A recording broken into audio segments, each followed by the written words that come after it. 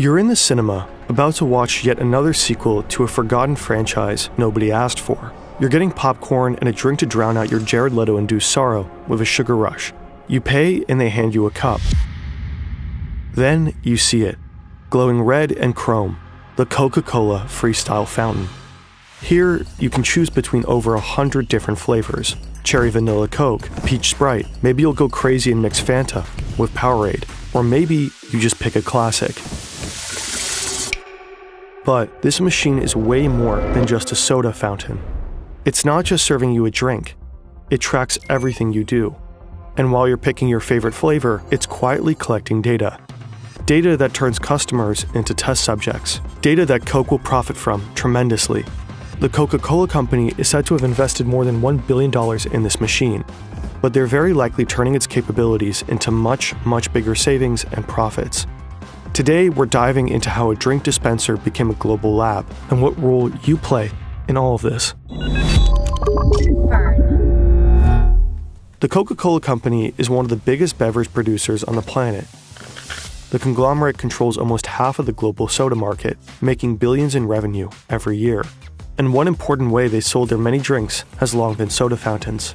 In the olden days, ordering a soft drink would work like this. You'd walk up to the counter, place your order, and someone would pour your drink into a cup.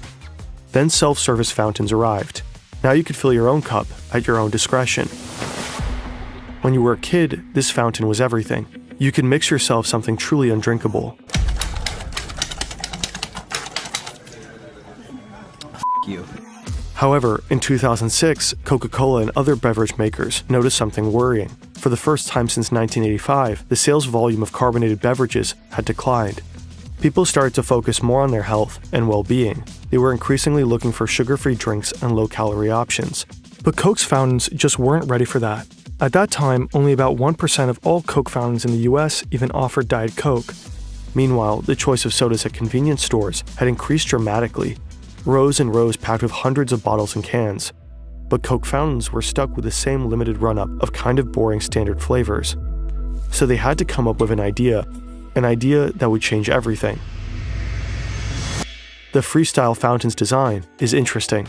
The red, the chrome, the sculpted lines. It kind of looks like it wants to become a Ferrari when it grows up. And that's not a coincidence. It was developed with Pininfarina, the legendary Italian design house that shaped the curves of Ferrari itself. You slide your cup under the dispenser. Now comes the fun part. You see dozens of bubbles on the screen in front of you. Each bubble is labeled with a different drink. Mezzomix, Coca-Cola, Powerade, Lift, Fused Tea, and Kinley. In total, you could choose over 100 drinks.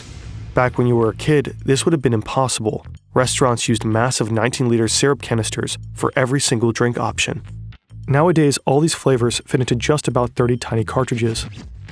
The cartridge design is inspired by medical tech, where precise dosing is critical. Just as insulin pumps deliver exact amounts of medication almost drop by drop, the Freestyle system carefully meters syrup and carbonated water for each pour. In theory, every pour is perfectly measured, drop by drop, turning your drink into a precise masterpiece. But Coke from a Freestyle fountain actually tends to taste a little different from the one you buy in the supermarket. In contrast to the old canister systems that pre-mix syrup and sweetener, Freestyle keeps flavors, sweeteners, and carbonated water separate. Now, when you press the button, the flavor, sugar, and carbonated water are combined on demand. This can make your Coke taste slightly different from other preparations. Staring at the bubbly screen, curiosity kicks in. You came in for your usual, but you gotta admit, some options here are tempting. You tap the Powerade bubble, and suddenly a whole lineup appears. Powerade Raspberry, Powerade Lemon, Powerade Strawberry. So many choices. Which one to pick? You even mix a drink that doesn't exist before. You could create your own secret flavor. And won't that make you special?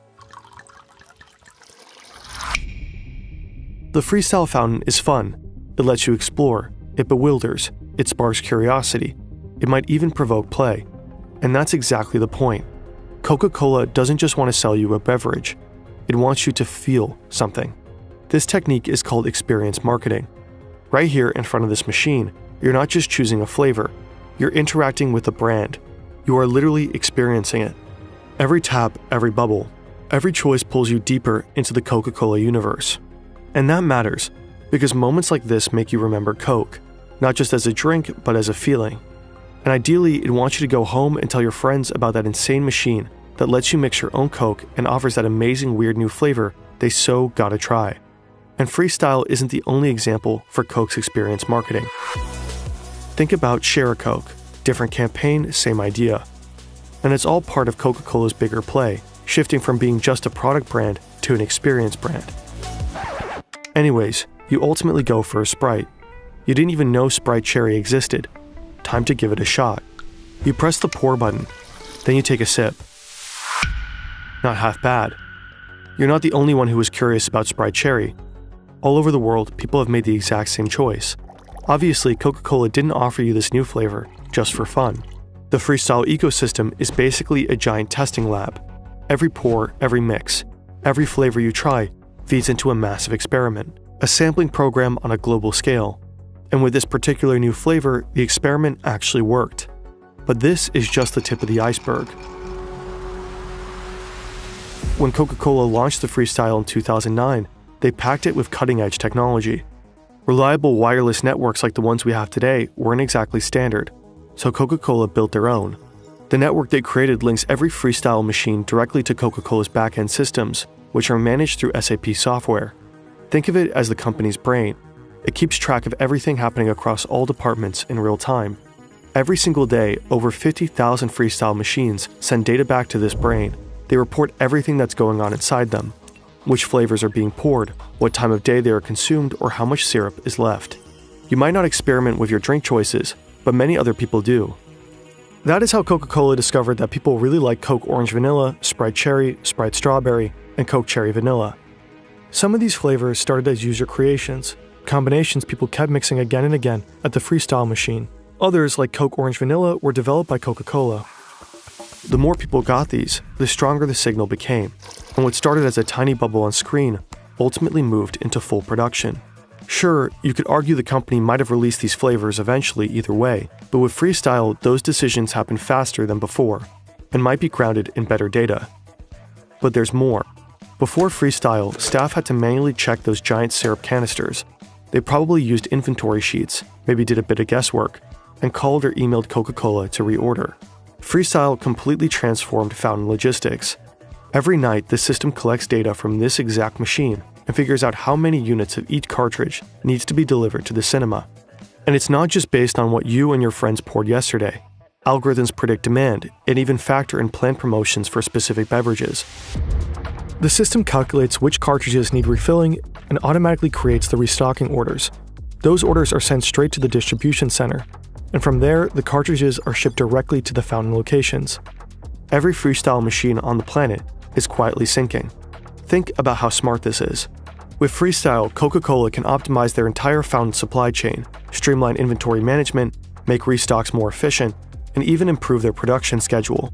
It's probably safe to assume that this alone saves the company millions and millions of dollars along the way.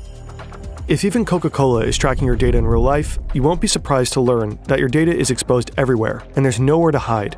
Every click, search, and form you fill reveals tiny pieces of who you are. That you had to look up how to spell bourgeois 6 or 7 times for your online comment war, that you don't understand the 6-7 meme, or that you enjoy mixing Sprite and Fanta. Disgusting animal. With data breaches rising every year, your personal information is at risk. Shady data brokers sell it, scammers use it, and even steal your identity. Not that anybody would want your particular identity, but, theoretically. If they did, they could take out fraudulent loans, open accounts in your name, and cause serious legal and financial headaches. This is where Incogni comes in. It tracks down your personal data across hundreds of sites, from data brokers to people search platforms, and removes it repeatedly. With the custom removal feature, you can even send links to websites exposing your info, and Incogni will handle it for you. Just create an account, authorize Incogni, and take back control of your personal data. Get 60% off with our code FERNTV at the link below, or scan this QR code. Go protect yourself. Let's get back to Coke's genius machine, because, well, there's more. The data streams don't only report back. Marketers at HQ can push new campaigns straight to the Freestyle. It took a while to get to this level. Whenever Coke wanted to push a new campaign or change content, it required a full software update, during which the machine couldn't pour a single drink. Not exactly ideal, considering many fountains are located in high-traffic fast food chains. So in the mid-2010s, Coca-Cola integrated AirWatch, a modern device management platform. Now, instead of sending out a massive software update whenever marketers want to roll out a campaign, they could push tiny data packages. While receiving the configurations, the machines most likely stay fully operational. They simply download and display the new content, like this Halloween special. What happens next is called nudging. A new flavor might be the first bubble you see, or a short teaser video might just catch your eye. You're still free to pick whatever you want, but those gentle nudges make you more likely to experiment. Thousands of individual recorded choices to try some bizarre Halloween flavor, all feeding directly into Coca-Cola's product development. But wait a minute, this little black dot up there, is that a camera? Is this thing recording you? Well, Coca-Cola did plan to install a camera in one of their Freestyle models. They even included it in their spec sheet and described it with the words, future capability for motion sensing and facial recognition. This way, the company could have tracked every smile when you mix flavors, every frown when it doesn't taste right after a little test sip, literally observing which combos make you happy or annoyed. Every reaction is data. But could they really pull this off? At least in theory. In Europe, for example, strict data protection laws such as general data protection regulations would likely not allow this to happen. In the US, however, businesses and event venues are increasingly experimenting with facial analysis and recognition technology in public spaces, so hypothetically, it might be feasible there. According to Fortune, in early 2024, AI company Quantify referenced a facial recognition project tied to Freestyle. In a now-removed entry on their website, it reportedly said, each vending machine comes with a camera installed, in which an image is captured for every customer interacting with the machine. Coca-Cola's marketing team aspired to use these images to generate insights on consumer preferences and usage patterns.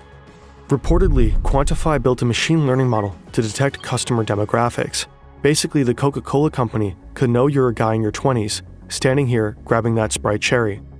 After Fortune asked questions, the post seemingly vanished. A spokesperson for Coca-Cola said cameras in Freestyle fountains were just tested in a laboratory setting from 2018 to 2019. When we asked Coca-Cola about this, they did not respond. The creepy camera hole aside, the technology is pretty impressive. A single globally deployed machine expanding flavor variety, strategically pushing experience marketing, enabling hyper-detailed flavor testing, micro-campaigning, and optimization of the supply chain. You probably stood in front of one of those before and never even had a clue. But there is this one central question we just couldn't shake. Just how much are they saving and making with this? In order to find out, we went down a rabbit hole, annual reports, analytics, figures, and company filings, only to realize there is no concrete data. Sure, we found a few clues here and there, but we could barely make anything useful out of it, especially because gains from Freestyle are tangled up with other projects. When we reached out to Coca-Cola for comment, they didn't respond, so we had to call in backup. Enter Yannick, the team's spreadsheet wizard. He dove into everything we could find out about Freestyle and started making sense of it. His analysis is split into 3 parts. First, payback. Let's start with Coca-Cola's assumed revenue from Freestyle machines. To get a rough baseline, we looked at something similar, loyalty programs like Payback. Payback usually returns an estimated 0.5 to 3% of your spending. Sounds like a bad deal for them, but here's the thing, it works. Because when people get a little something in return, they tend to spend even more. And while they do, Payback collects tons of data, or what they buy, when they buy, and where they buy. You can't fully compare Payback to Coke Freestyle, but both follow the same idea. Encourage people to buy, and learn as much as possible while they do. The data collected through loyalty programs like Payback enables targeted marketing and personalized offers, helping deliver messages that are relevant to individual consumers. Studies like this one show that loyalty programs can improve gross margins by 2 to 4%, not simply because people buy more, but because companies can make smarter, data-driven marketing and product decisions. Using that logic, we can conservatively assume a 2% margin on revenue for Freestyle. This is a very rough estimate, but enough to get a sense of scale. According to one source, Coke Freestyle machines dispense around 4 billion drinks per year. Assuming an average of $2 per drink and a 2% margin, that adds up to roughly $160 million in yearly gains, well over $1 billion since Freestyle's inception. Second, the value of data. Back in 2015, Coca-Cola teamed up with Hivery, a company focusing on AI-driven optimization. Their mission was to optimize vending machine sales. One of Hivery's clients was Reyes Coca-Cola Bottling Co., a U.S. bottler with roughly 19,000 vending machines in hospitals across California and Nevada. Hivory's software combines sales data with machine learning and some algorithms to predict demand for every beverage in every machine. Reportedly, Reyes saw a 6% sales increase and a 15% reduction in restocking trips. These numbers suggest that data-driven supply chain management can generate significant sales boosts and cost savings. It is reasonable to assume that freestyle fountains could yield similar results. Third, new flavors. Some of the new flavors Coca-Cola launched based on their freestyle testing turned out about as popular as the deeply disappointing and unwanted sequel you're going to endure in a few minutes. Take Coke Cherry Vanilla, for example. Even though it was one of the most beloved freestyle combos, Coca-Cola decided to not produce any more in 2024 due to declining demand. Freestyle may help spot promising new flavors, but it doesn't seem to be foolproof. Out of 4 flavors brought to the market, 2 did not survive. This doesn't necessarily mean they were bad investments, just that they weren't long-term hits. Coca-Cola may have overestimated how representative freestyle users are for the broader market. Again, our request for comment went unanswered. While Coca-Cola rarely publishes concrete sales data for specific products, we found a number for one of their newer non-freestyle Sprite products that shows the potential of this market.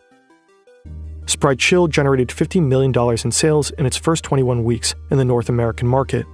Again, it's hard to estimate the total profit the company may have made through new flavors that started on freestyle, and how important the fountain data was for their success. But looking at all 3 aspects of Yannick's analysis, one thing is relatively safe to assume.